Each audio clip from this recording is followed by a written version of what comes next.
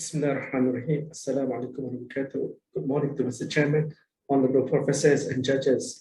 My name is Muhammad Akram Abdul from Universiti Putra, Malaysia, UPM. Today, I would like to present my paper entitled Acceptability and Willingness to Pay for COVID-19 Vaccine among Selected Muslim Communities in Selangor, Malaysia, 2021.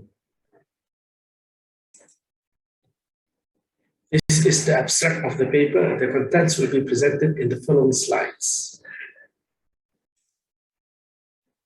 This is the content outline comprising of introduction, vaccine acceptance, willingness to pay, methodology, results, summary, and future work. As we all know, a new public health crisis threatening the world has recently been identified and notably has changed human lives since the year 2020.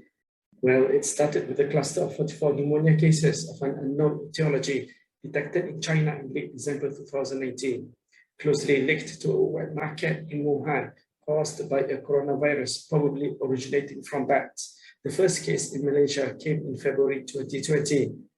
The second wave in the country began with the religious Muslim cluster, Fattah gathering.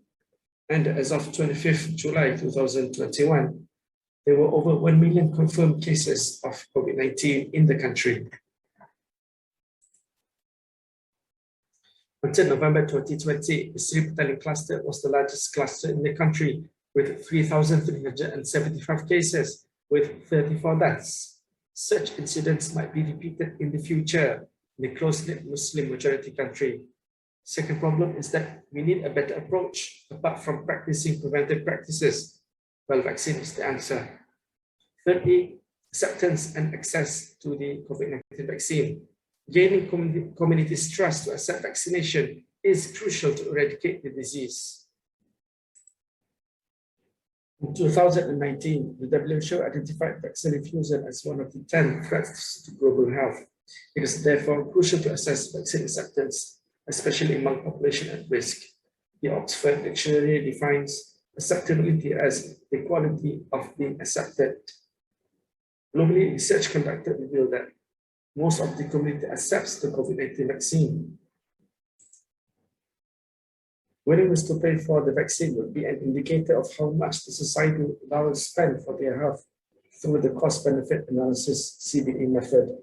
A study conducted in Malaysia in 2020, respondents were willing to pay an amount of $30 per dose of the vaccine. Figure 2 outlines the conceptual framework of the study. The independent variables are socio-demographic factors, socio-economic factors, health-related factors, knowledge and perception towards COVID-19, while the dependent variables are the acceptability and willingness to pay for the COVID-19 vaccine.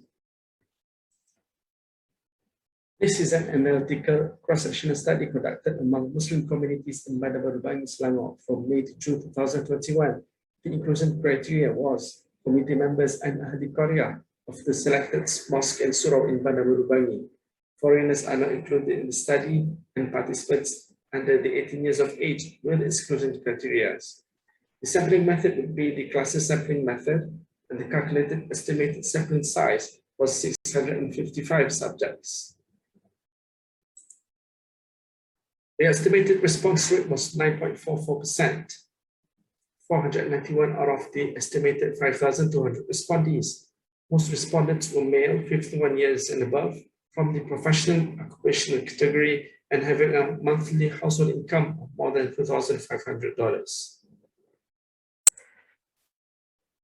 Acceptability and willingness to pay. The study shows that the acceptability for the COVID-19 vaccine was high. 478 out of the 491 participants accepted vaccination, equal to 97%. From the 478 who accepted the vaccine, 388 or 81% of the respondents were willing to pay an amount for the vaccine, with the mean of $33. Association between willingness to pay with the independent variables are shown in Table 3.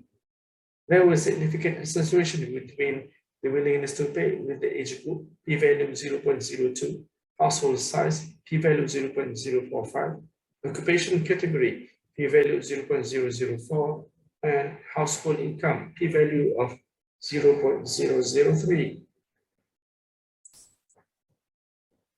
Prior to performing multiple logistic regression, simple logistic regression was conducted between the independent variables and WTP, as shown in Table 4. The highest significance p-value was chosen, p-value less than 250, so that important variables that have significant association with WTP will not be missed. Displayed are the variables found to be significant in the simple logistic regression that will be analyzed in the multiple logistic regression analysis. Table 5 shows the predictors of WTP by multiple logistic regression.